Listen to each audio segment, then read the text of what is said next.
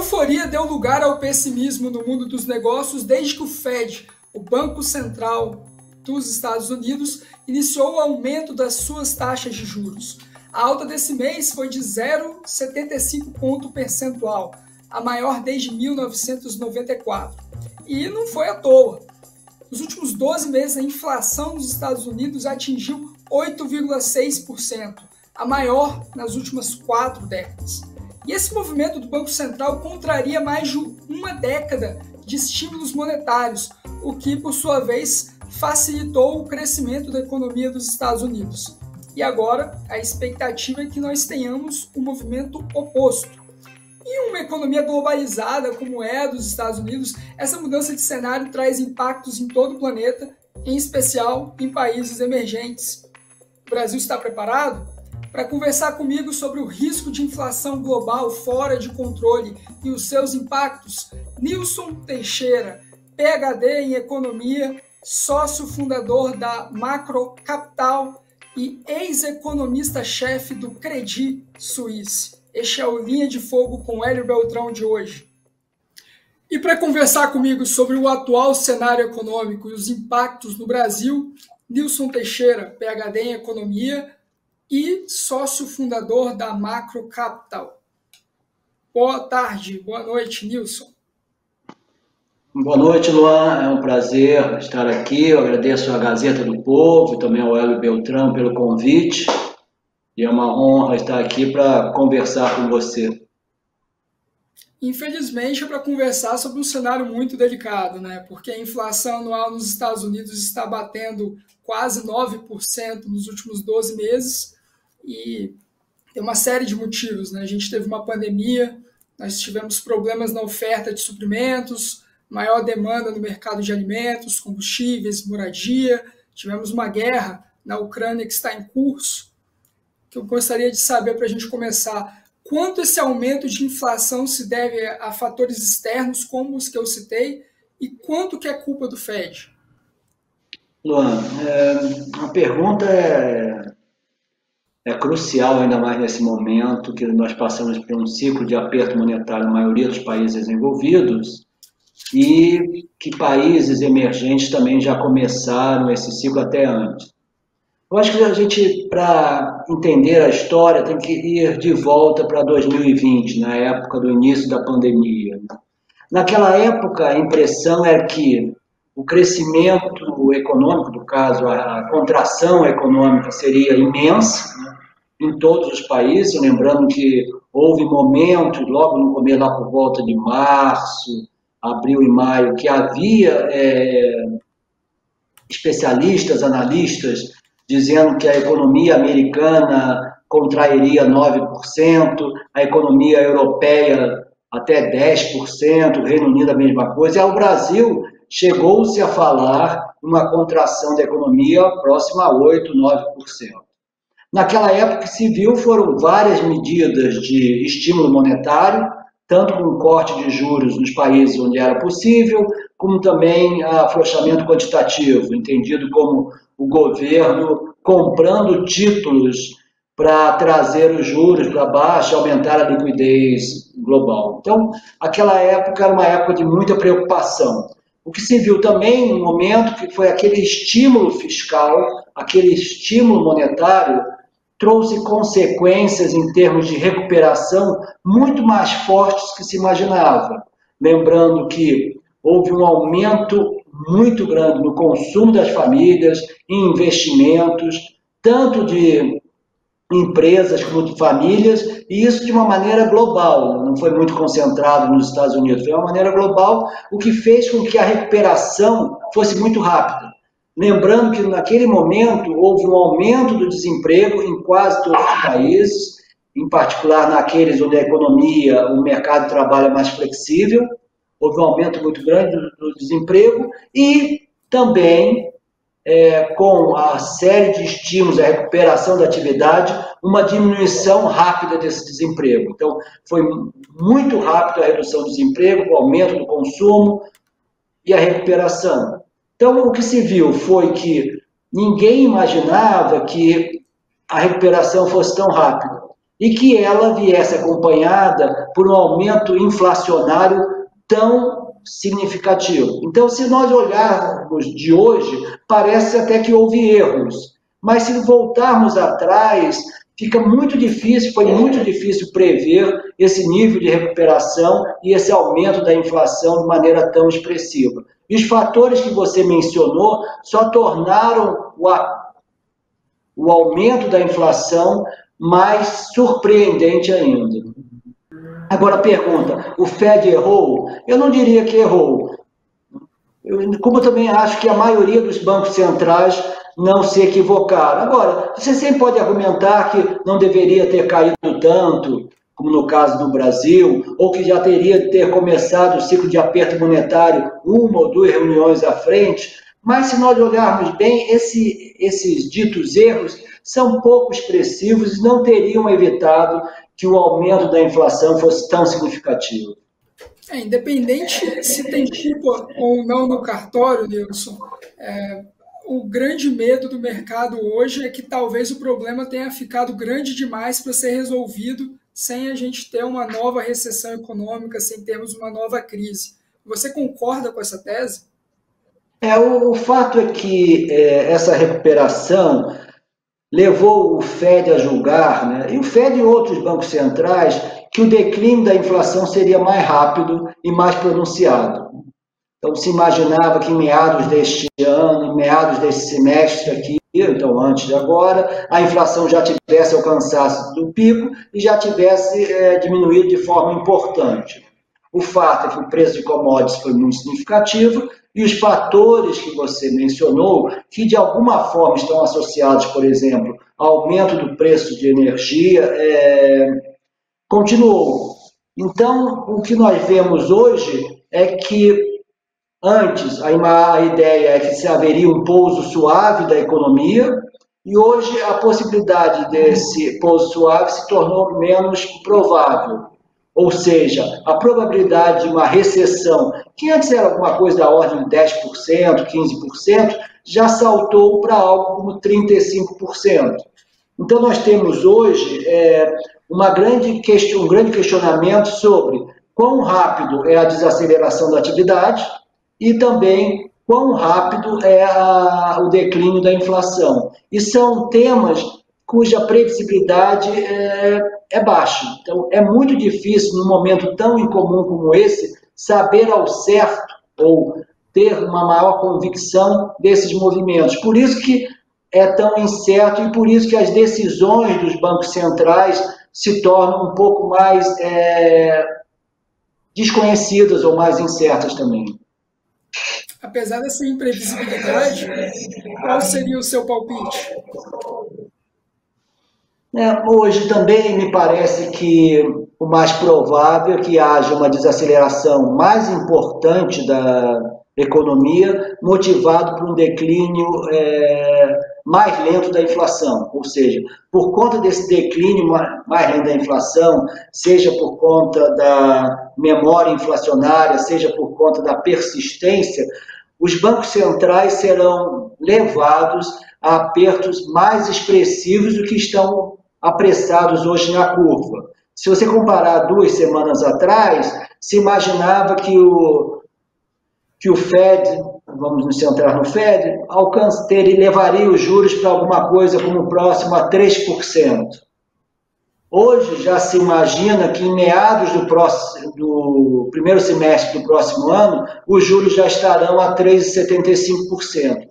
Eu, do meu lado, acho que é possível que seja necessário aumentar o Fed Funds mais do que está esperado para que a inflação recue. E quanto mais alto os juros, mais provável é que a atividade desacelere mais e possamos ir mesmo para uma recessão. Antes se imaginava, por exemplo, que se veria uma recessão lá em 2024, ou seja, de uma maneira mais simples, 2 trimestres seguidos com uma contração do PIB frente ao trimestre anterior, nesses 2 trimestres. Depois se mudou para 2023 e já há especialistas falando que já no fim deste ano teremos uma recessão. Então, tudo dependerá dessa transmissão da política monetária para a inflação e antes, pelo canal de demanda, tem que passar pela atividade, né? Pois bem, como você já apontou, inclusive nas suas colunas no Valor Econômico, esse movimento dos bancos centrais de aperto monetário, eles começaram nos países emergentes muito antes dos países desenvolvidos. A Selic aqui no Brasil ela foi de 2% para 13,25% na reunião da semana passada. Diante dessa mudança de cenário que você está expondo, o Brasil está preparado? É uma excelente pergunta, né? Eu diria que o aperto monetário foi muito maior do que qualquer pessoa poderia imaginar lá no seu início. No começo se falava em juros indo para 4, o mais pessimista eu acho até que falava 6, nós já estamos ali, como você falou, num patamar não imaginável. Então, esse aperto monetário, ele será capaz, a menos que sejam adotadas políticas para frente equivocadas, mais do lado fiscal, mais do lado de incertezas da adoção de estratégias pelos governos, é o suficiente. A pergunta é, em quanto tempo essa inflação convergirá para a sua meta? Isso também depende muito, não apenas do Brasil, mas todo o contexto global que você mencionou. Então, se você me disser que a inflação chegará à meta 3,25 em 2023, é muito pouco provável. O próprio Banco Central publicou ontem que projeta 4%.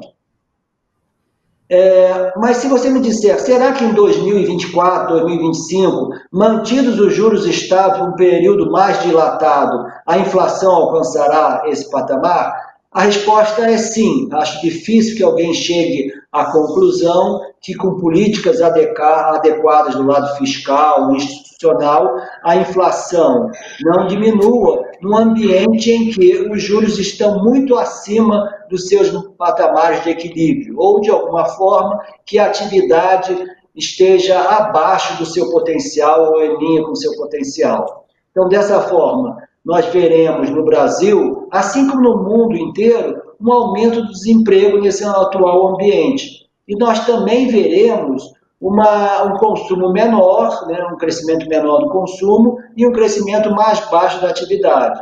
Se você olhar os analistas, eles estão até surpresos com o crescimento deste ano. Então, eles revisaram o crescimento do Brasil para cima deste ano. Mas para o ano que vem, já trouxeram o cenário para quase uma estagnação, ou seja, nenhum crescimento em nenhum trimestre.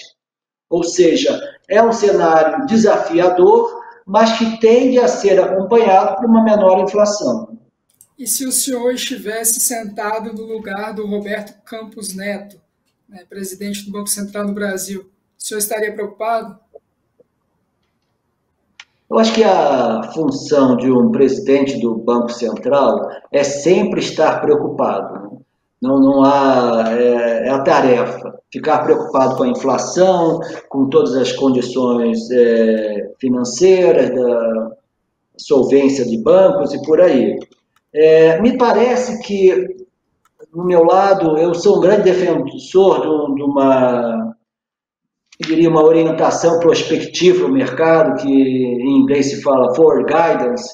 Por ser um grande defensor, eu estaria sinalizando com maior transparência quais são as respostas que seriam adotadas em função do comportamento da inflação e da atividade.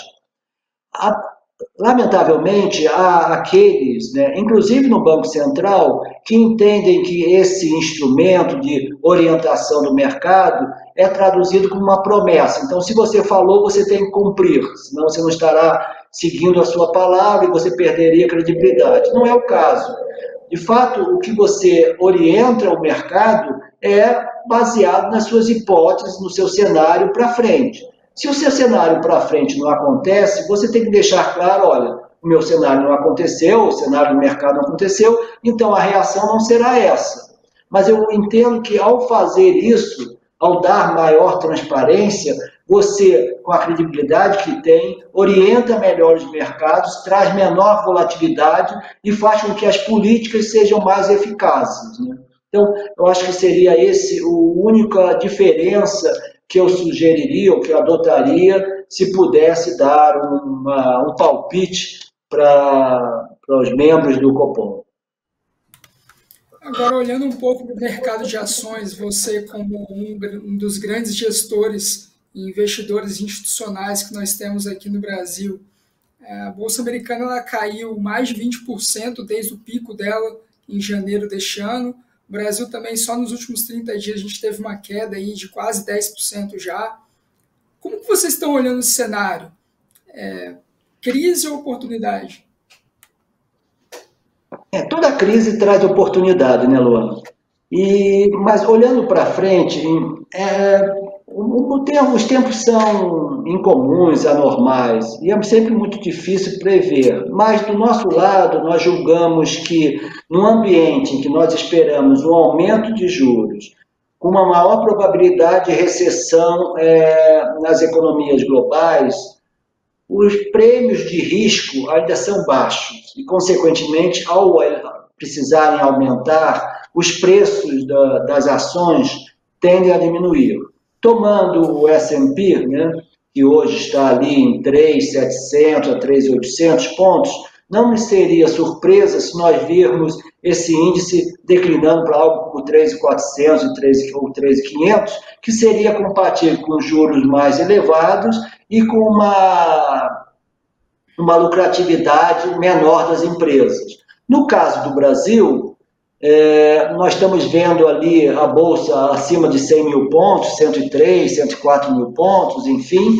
Esse ambiente também é bastante desafiador, então também não é surpresa para mim, não seria surpresa, é a minha expectativa, que nós vejamos esse índice indo de 95 mil a 100 mil pontos. Então, nós ainda vemos um declínio no mercado de ações por conta dessa maior incerteza e pela leitura que o ambiente global não é favorável para o Brasil, até porque as exportações de commodities que ainda estão sólidas, podem vir a diminuir um pouco os seus preços também a serem impactados.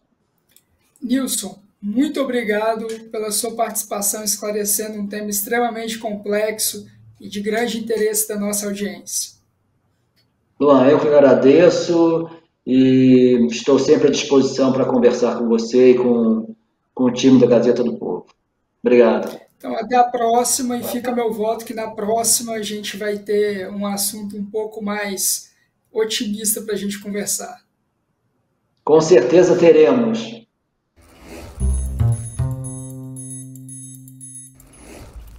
Hélio Beltrão, que aula em 15 minutos, hein? O Nilson é um craque. Você sabe, Luan, que eu trabalhei com ele no Credit Suisse. Mais de 20 anos atrás, 25 anos atrás, um pouco mais de 25 anos atrás. Ele era economista-chefe do Credit Suisse na época. E recentemente ele se tornou um empreendedor aí com a Macro Capital, indo muito bem. Tem liderado aí uma gestora de sucesso no mercado de capitais no Brasil e tirou um tempinho na agenda dele ali para esclarecer um pouco para a gente esse cenário desafiador. Mas eu já queria discutir um pouco contigo, porque, de fato, a pandemia era um cenário extremamente complexo, mas, na opinião dele, o Fed não errou, os bancos centrais não erraram. Você está concordando com ele nesse call? Pois é, eu acho que eu concordo com 90% de tudo que ele falou. A gente pode passar aqui em seguida. Essa parte do Fed não errou, eu acho que não. Eu acho que errou sim. Como é que eu faço esse ponto?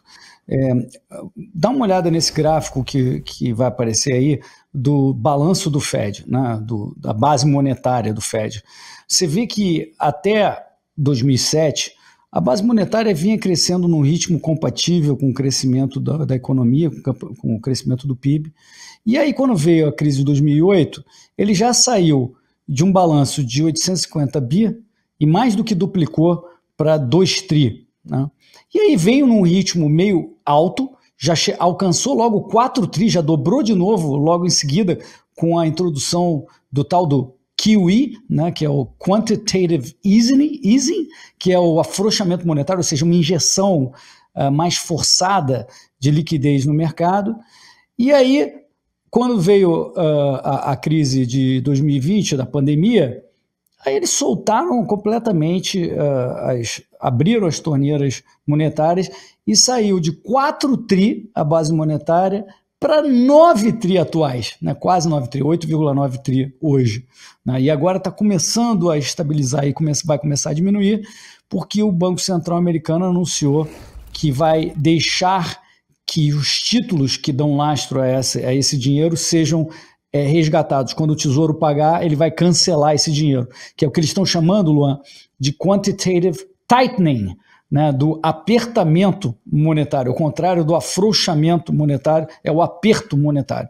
Né? Então, isso vai acontecer, mas num ritmo muito lento que ele está anunciando. Por que eu acho que o Fed errou? Porque esse montante que eu falei de aumento foram cavalares, foram brutais, sem precedentes.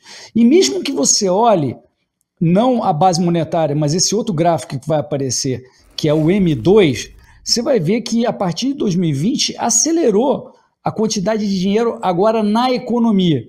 A base monetária é uma parte da quantidade de dinheiro e o M2 ele mostra realmente o dinheiro que está sendo usado e circulando na economia. Bom, houve um crescimento de 15,5 tri no início da pandemia para 22 tri, 42% desde o início da pandemia. Todo esse dinheiro novo está aí, está sendo gasto em uma porção de coisa. Então, eu acho que esse é um erro do Fed, como o Nilson apontou no início daquele medo que estava acontecendo na pandemia, que tudo ia para o saco, que ia haver uma recessão brutal, eles, segundo o Nilson, ele precisava dar uma resposta, só que essa resposta foi brutal demais. E depois o Banco Central errou, novamente, na minha opinião, em demorar a retirar esses estímulos. E vocês vão lembrar que no ano passado o Fed ficava falando, é temporário, não, isso aí é temporário. Passou meses argumentando que a inflação era temporária. E agora eles estão saindo correndo atrás do prejuízo. Então, para mim, isso, Luan, sem dúvida, foi um erro. Existe até aquela metáfora austríaca de que os bancos centrais é muito comum que eles se comportem mais ou menos como semáforos, só que semáforos quebrados. E aí, sempre que a gente tem um semáforo quebrado, a gente tem confusão no trânsito. Sempre que a gente tem um banco central que acaba errando, né, falhando ou ancorando mal as expectativas do mercado, a gente tem confusão também em todo o mundo, todo o ambiente de negócios global. E aí, como você disse, né, o próprio Nilson ele fala na entrevista, né, olha, eu acho que ele não errou, o Fed ele não errou, mas acho que ele poderia ter ancorado melhor as expectativas. E aí, nesse processo, né, ele passou meses lá em 2020 falando que a gente tinha um grande risco de deflação, isso não se confirma. Aí logo na sequência ele passa um ano inteiro falando que a inflação que a gente estava vendo, né, era temporária. E aí no final de 2021 ele muda completamente o discurso, agora muda completamente as ações, dizendo que não, olha, a gente vai ter que de fato aumentar a taxa de juros. E nós tínhamos, não é como se o mercado não esperasse isso ou não criticasse essa postura dos bancos centrais, né? Você mesmo, salvo engano, desde 2020, eu lembro de ter visto um vídeo em que você falava e alertava sobre toda essa questão, essa negligência que os bancos centrais estavam tendo com a inflação e não só aqui no Brasil, né? Luan, é isso mesmo. E eu acho que o Nilson tocou nesse ponto que você me fez uma pergunta sobre se a inflação é derivado da guerra, é derivado do petróleo, é derivado da pandemia. Essa é uma explicação que vigorou muito fortemente na década de 70 também. Lá em 1970, o Arthur Burns, que era o presidente do Fed, ele acreditava piamente que a inflação era de custos. não era uma inflação monetária. Eles acreditavam, não, eles jogavam a culpa nos árabes, diziam que a energia estava subindo de preço, você já ouviu essa história. Está vendo de novo a mesma história, de que não, a culpa da inflação é do Putin, a culpa da inflação é da energia, do petróleo, é do empresário de petróleo, né, é da Petrobras que está aumentando o preço. Quando, na verdade, estava lá o Banco Central imprimindo dinheiro à torto e à direito. O que aconteceu, Luan, foi que o Fed, desde então, ele não se responsabiliza pela criação da inflação, ele diz que não é ele. Eles se vendem, o Fed e o Banco Central Brasileiro, e a maioria dos bancos centrais do mundo, se vendem como os lutadores contra a inflação, que a inflação é um troço que acontece na economia e eles são os caras que vão, não, nós vamos controlar essa inflação que está acontecendo independente de mim. E o perigo dessa narrativa é que ela não é só uma narrativa, é que quando o Fed acredita nisso e os economistas acreditam nisso, pode levar anos até que eles se responsabilizem novamente pela inflação que eles próprios criaram. Nos Estados Unidos dos anos 70, levou 10 anos. Entre 1970 e 1979, a inflação ficou desenfreada por essa crença de que não era o Fed que estava fazendo. Então, portanto, se era um empresário, então tinha que ir atrás do empresário. Se era a Arábia Saudita, os árabes estavam aumentando o petróleo, então ele não tem nada com isso, ele não tem o que fazer, aumentar os juros, tirar dinheiro do mercado. E ficou nisso até chegar o Paul Volcker em 1979, e aí deu uma marretada tremenda, porque ele passou a ter uma atitude de que, não, veja bem, nós do Fed é que somos responsáveis pela inflação, a gente que tem que conter essa massa monetária. Eu vou parar, segundo o Volcker disse na época, de aumentar a massa monetária. Vai crescer só 3% ao ano. Não vou mais aumentar nesse ritmo alucinante que a gente estava fazendo. E só aí que a inflação caiu, Luan. E eles, hoje, estão com uma atitude ainda dúbia. Ainda não estão se responsabilizando pela inflação. Estão aumentando a taxa de juros, sabem que é preciso isso, mas eles estão reagindo como se isso fosse, de novo, um troço na sociedade, quando, na verdade, é ele que está criando e é ele que tem que retirar esse dinheiro da economia. Esses 9 tri, dos 4 para os 9 que a gente viu no gráfico, ele tem que te tirar a maior parte desse valor. E segundo o ritmo que ele está permitindo que ocorra esse quantitative tightening, esse aperto monetário, esse negócio vai levar 3 anos até voltar a níveis razoáveis, em torno de 5 tri. Vamos dizer que ele não volte para os 4 de 2020, de 2 anos, só 2 anos atrás, que ele não volte para o mas volte para 5, 5,5, 6, isso vai levar 3 anos, faz a conta, é 95 bi por mês que ele está reduzindo, vai levar muito tempo, até lá pode acontecer exatamente o que o Nilson está dizendo, que a resposta da inflação vai ser mais lenta, a taxa de juros. Ele afirmou isso, ele falou, olha, pode ser que demore mais, pode ser que tenha que subir um pouco mais, e ele está pessimista como eu em relação a esse tema, ele acha que pode ser que tenha que ir mais, ele acha que os mercados podem cair mais, e eu acho também, viu, Lua, me dá mais um segundinho que eu já vou acabar, mas os mercados, né, já caíram para 3.700, ou o S&P caiu para 3.700, já veio de 4.800, né, está abaixo de 3.700, se eu não me engano.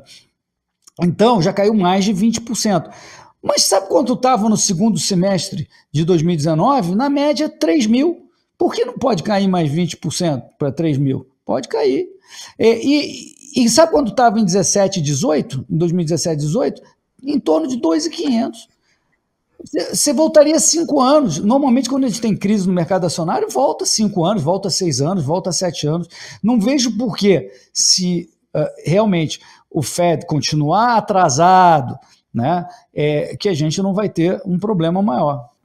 É aquela velha história, né, Hélio? A culpa é minha, eu coloco em quem eu quiser, né?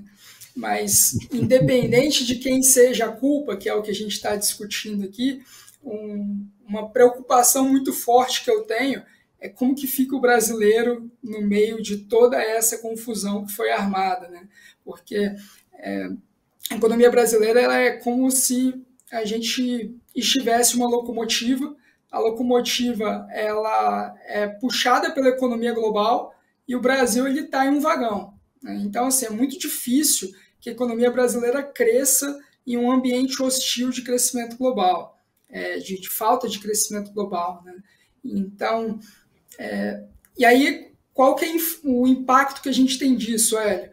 Enquanto a gente estava em um bull market, né, a gente estava aí, toda a economia global performando muito bem. Aí aqui no Brasil, ao contrário, a gente cometendo vários erros macroeconômicos internos, a gente tem a maior recessão da história brasileira aí entre 2014 e 2016, aí o desemprego vai lá no alto, né? Aí quando a gente começa a ter uma retomada econômica nos últimos anos, aí vem uma pandemia, aí o índice de desemprego volta novamente, infelizmente, volta a subir. A gente tem uma retomada econômica novamente e agora a gente tem um cenário externo mais hostil e como o Nilson estava abordando, né, a expectativa dele é de uma desaceleração do ritmo de crescimento aqui no Brasil e isso deve dificultar aí, diminuir as taxas de desemprego aqui no Brasil, que era um movimento que vinha acontecendo, né? Olha, Luan, é assim, o Nilson até falou que as crises trazem oportunidade. Nesse caso, a crise pode trazer a oportunidade de se ferrar mais, né? É bem possível que isso aconteça. Mas eu acredito que nem tanto no caso do Brasil. Você falou do crescimento. O Brasil já não cresce mesmo, quer dizer, eu não estava muito esperançoso de que fosse crescer, mesmo sem essa crise externa. A gente, aqui no Brasil, o Banco Central brasileiro subiu muito a taxa de juros anteriormente aos demais bancos centrais. Então a gente está com uma certa proteção, porque o maior medo é que tem uma crise lá fora e os juros do Fed subam para 5%, 6%, a gente pode falar qual o nível, a gente não falou sobre isso, mas eu acho interessante, mas se sobe para esse nível, imagina o que vai acontecer com o capital. Se está pagando em dólar 5%, poxa, sai todo mundo de emergentes, né?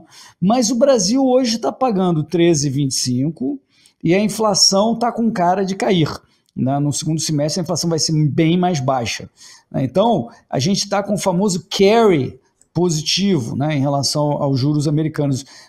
Então é uma proteção para a fuga de capital, ou seja, não devemos crescer como nunca a gente cresce, porque independe de crises externas, a gente simplesmente maltrata o capital aqui dentro, muito imposto, muita burocracia, muita regulamentação, então o investidor não consegue muito bem ganhar dinheiro aqui, então vai continuar sem ganhar muito dinheiro, não vai mudar tanto assim, mas o câmbio não deve desvalorizar tanto, na minha opinião, porque a gente está com uma taxa de juros alta, né? Então isso segura as pontas aqui no Brasil, viu, Lua? Agora, lá para fora, então, a pergunta é, porque isso vai afetar a gente no Brasil, até onde vão as taxas de juros do Fed? Para onde ele vai levar? Ele está em 1,75 já, né? Ele aumentou, como você mencionou, os tais 75 basis points, 0,75 pontos percentuais na semana passada. Ele vai chegar o quê? Até 3,75, como o Nilson afirmou, que está nas expectativas hoje, ou ele vai mais?